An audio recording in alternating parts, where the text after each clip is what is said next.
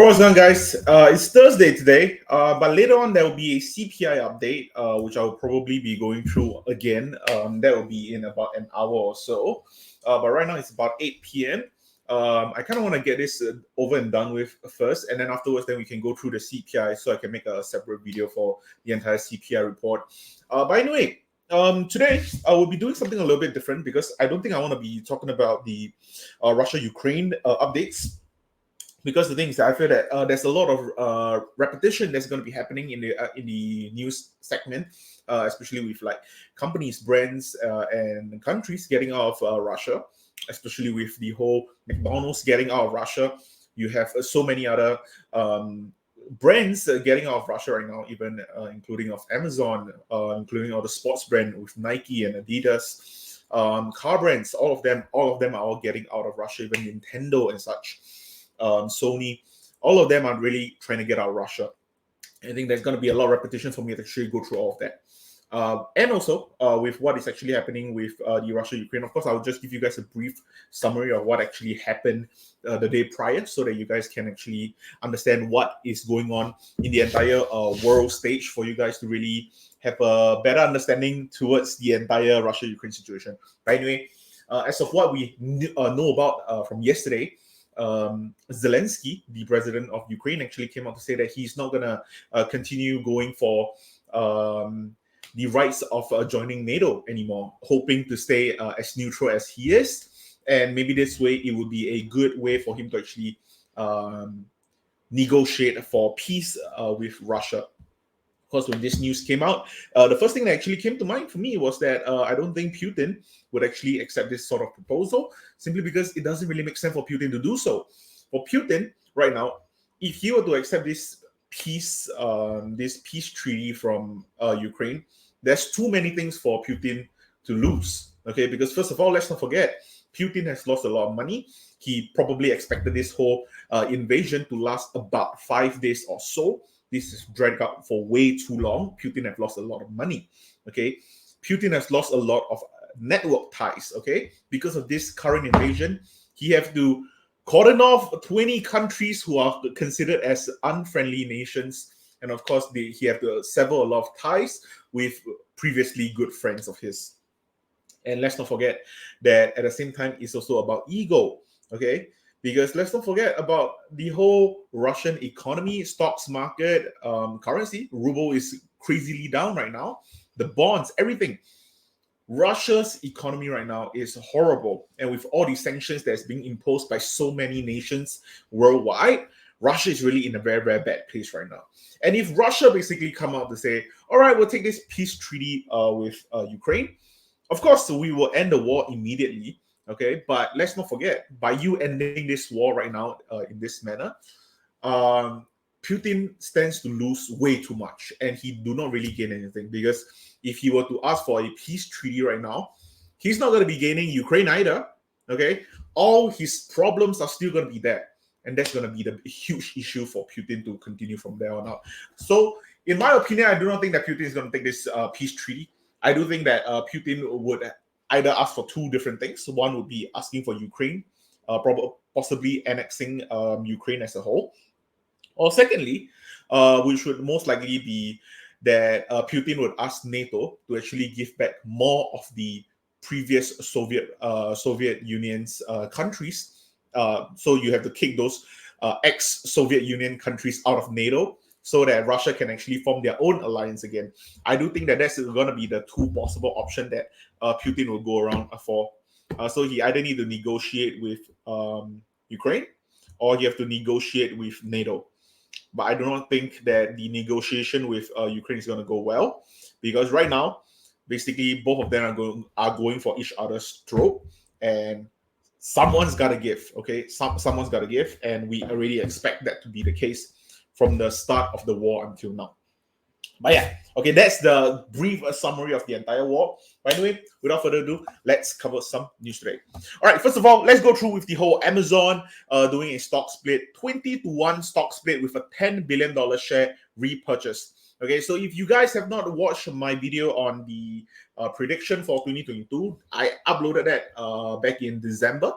That would be about 4 months ago. Okay, You can go and watch the whole entire video. I actually gave my own prediction for a lot of things, be it stocks value, and of course crypto coins, and of course like the normal market predictions in general. Amazon getting a stock split in 2022 was one of my prediction. Of course, there are also some where it's like, Apple hitting $300, Tesla hitting $2,000 and such. Of course, not all the predictions gonna really make sense for now. But for now, I do think that Amazon doing a stock split makes a lot of sense. All right. So the reason why I do think that Amazon is going to do a stock split even back in December, even though the last time Amazon did a stock split was in 1999. Okay, after 23 years, they finally did another stock split. And the reason why I do think that the stock split makes sense. In 2021, the entirety of the market, okay, everyone recovered from the March 2020 huge dip, okay, from the whole start of the pandemic. Huge panic. No one knew what to do. Okay, huge panic. Everyone recovered crazily because of the free money that was given out by the government. All the companies were doing very, very well. People were innovating, and a lot of money was being thrown into the market. Copious amount of money was thrown in the market. However, Amazon did not really make a lot of profit in 2021. If I'm not mistaken, they were only up like by 5% or 7% or something of that sort. Whereas you see Facebook, you saw Tesla, you saw Apple, you saw Microsoft, all of them were up easily in the 20-30% and such. And for Amazon to be one of the mega caps, kind of trailing at the back, kind of seemed like a very obvious sore thumb to me. The moment I saw that, I immediately thought, yeah, there is a very, very good reason why I wouldn't get into Amazon, because Amazon right now is just way too expensive. Okay, one thing is being too expensive, and the other thing is there is the lack of innovation, hence the lack of inflow for the investors. Okay, and right now, even though with Amazon calling this stock split out right now, Amazon, if I'm not mistaken, they're pre-market, they're only up by like 5%, which of course, okay, don't get me wrong, 5% is great. 5% is great. Okay. And I think a lot of people is buying into the hype that there is a possibility that after every single mega cap does a stock split, you usually see a huge spike in the price, especially when they actually do it post split. Okay, Apple did it, Tesla did it, Alphabet did it. All of them had the same form of rally after the split happens. Okay, so the thing is that I do think that it's smarter for Amazon to actually do this stock split now. So hopefully, I'm guessing post stock split, we should see Amazon at about $140 or so, similar to what Alphabet is doing as well. Alphabet also hit about $2,900 before they did a stock split, and the split is gonna be commencing on, I think it was July in 2022. All right. So anyway, let's get back to the article and really understand this entire situation, because what about the $10 billion stocks buyback? All right. So stock split authorized share increase, go up by 6.5%. That's great. Okay. All right. The company shares have lagged behind those of other technology companies in recent months as pandemic-induced surge in online shopping slowed, and Amazon has faced greater competition in the cloud computing business. Still, the company's profits nearly doubled last year due to significant gains from its investment in an electric vehicle maker. This is Rivian, in case you're wondering, and Rivian is horrible right now. So I do not know why they even want to say it's great, because our profits nearly double because of Rivian. But look at Rivian right now. Rivian is $43. Rivian right now is at $43, which is why I'm still baffled that they are still bringing up Rivian as a possible profit maker. Okay, Amazon and other technology companies have adjusted their compensation practice as they seek to retain top employees in high demand fields such as software engineering and corporate jobs. The company in February more than doubled the maximum base salary it pays to corporate workers, raising the amount to $350,000 a year from $160,000 previously, which is great. Okay, I do think that it is very, very important for them to actually keep up with the increment of the wages. This way they can actually retain all the good employees. And you can really tell from the whole great resignation that was happening in the previous month. Of course, right now we do see a little bit of lagging indicator going on with the great resignation. Everyone is kind of going back to work. People are going back to the office and such. So that's all good and all. All right, so this past year, we have seen a particularly competitive labor market, and in doing a thorough analysis of various options, weighing the economics of our business and the need to remain competitive for attracting and retaining top talent, we decided to make meaningful, bigger increases to our compensation levels. Like I said before, it makes sense because in a tight labor market, you kind of want to do this kind of thing. Not a lot of people is kind of in the market looking for jobs right now. So this is very, very important for you to really increase the compensation for people to really think that, okay, you know what, I might want to stay in this company and such. All right, let's look at where it actually comes in for the buyback, because I think the buyback is the one that's most interesting. Okay, Amazon's newly approved repurchase authorization replaces the previous $5 billion stock repurchase authorization approved in 2016. He had bought back $2.12 billion worth of share under the authorization. The company didn't buy back any stock in 2019, 2020, or 2021, but repurchased 500,000 shares for $1.3 billion between January 1st and February 2nd of 2022. According to his annual security filing, Amazon doesn't pay a dividend.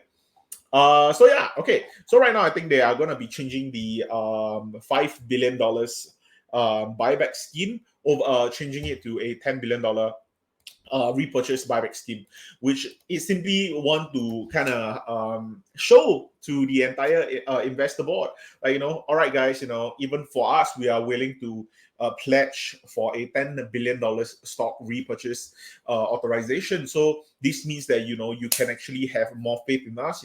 It would be good because if we have so much faith in our own company, chances are, people would also have the same amount of faith in our company and thereon and so far and such. So yeah, pretty good for Amazon, but similarly, I do need to let you guys know once again, a stock split doesn't mean that there's going to be a change in business model. It doesn't mean that there's going to be a change in market cap. It doesn't mean that there's a huge change internally. Okay, it simply means that there's going to be 20 times more shares in the market after the stock split happened. Okay, and when that actually happened, it simply means that all the prices of all the shares are going to be divided by 20. Very, very simple.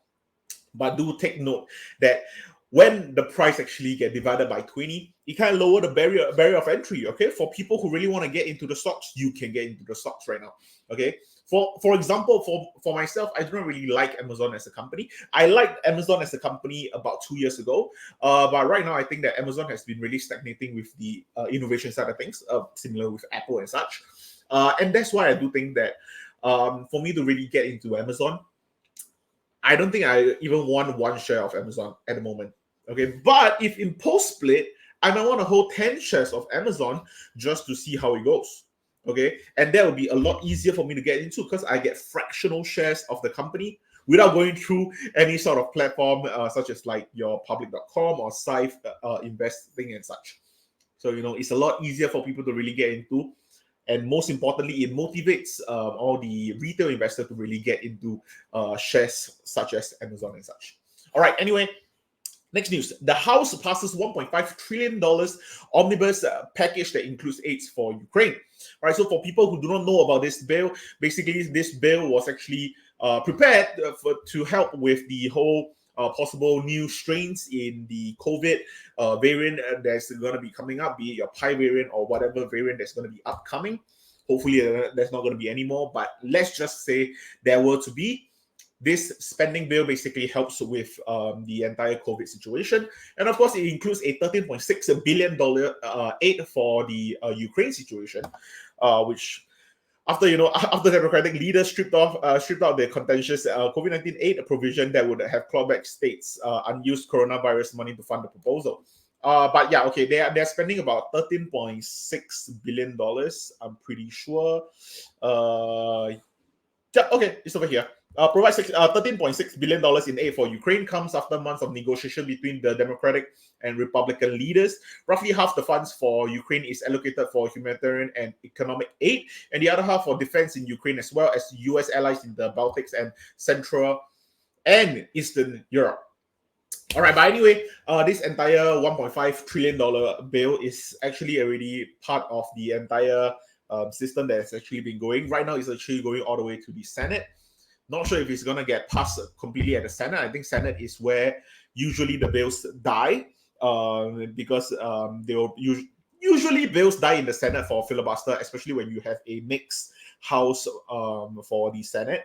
which is why they need a they need a tiebreaker, okay? And usually this tiebreaker in this case is Kamala Harris, but we are not sure what will actually happen with this bill.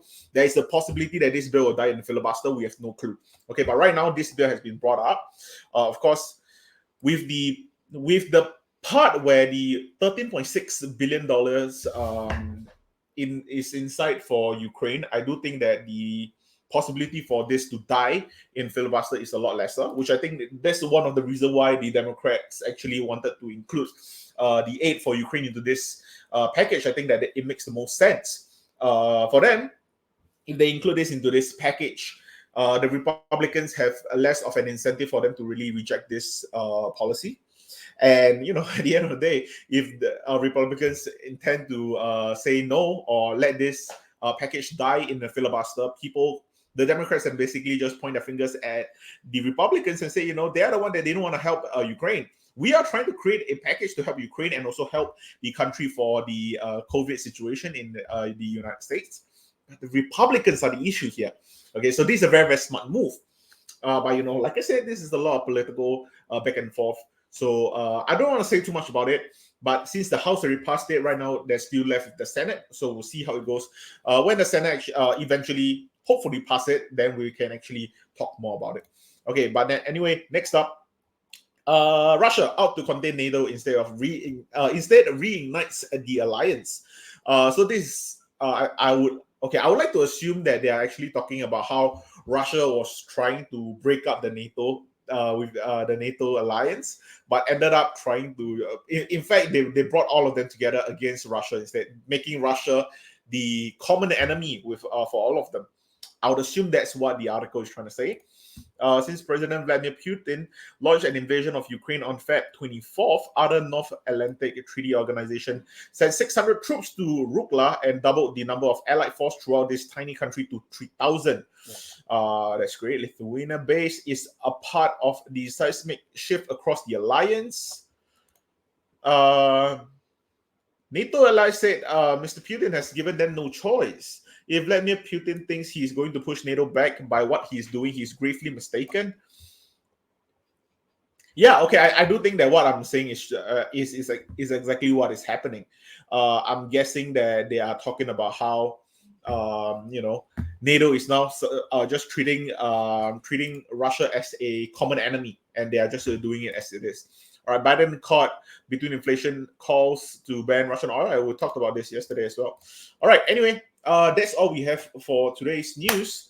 I actually wanted to go through the whole Apple products and such, but I do think that there's nothing really much about the Apple products. I do think that the interesting thing that Apple came out with the inside the event was actually the Mac Studio, where they actually were using, I think, A15 chips, and also with the iPhone SE using was it M15, was it M15 chips, where it's great because for the cheapest line of phones by Apple, they'll also have the functions of using 5G, which is great.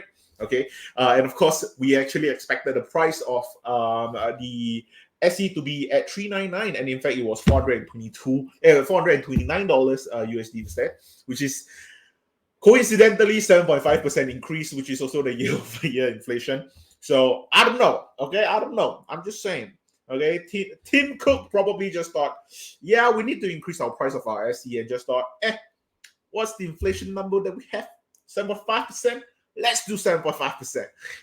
But anyway, that's all we have for now. I'm gonna upload this right now, since it's less than 20 minutes, and afterwards, when the CPI comes out, I'm gonna go for a shower, and then when I'm back, I'll prepare for the CPI, and then I'll upload the CPI once I'm done with the video. Anyway, thank you guys for watching, and I'll see you guys later. Actually, I'll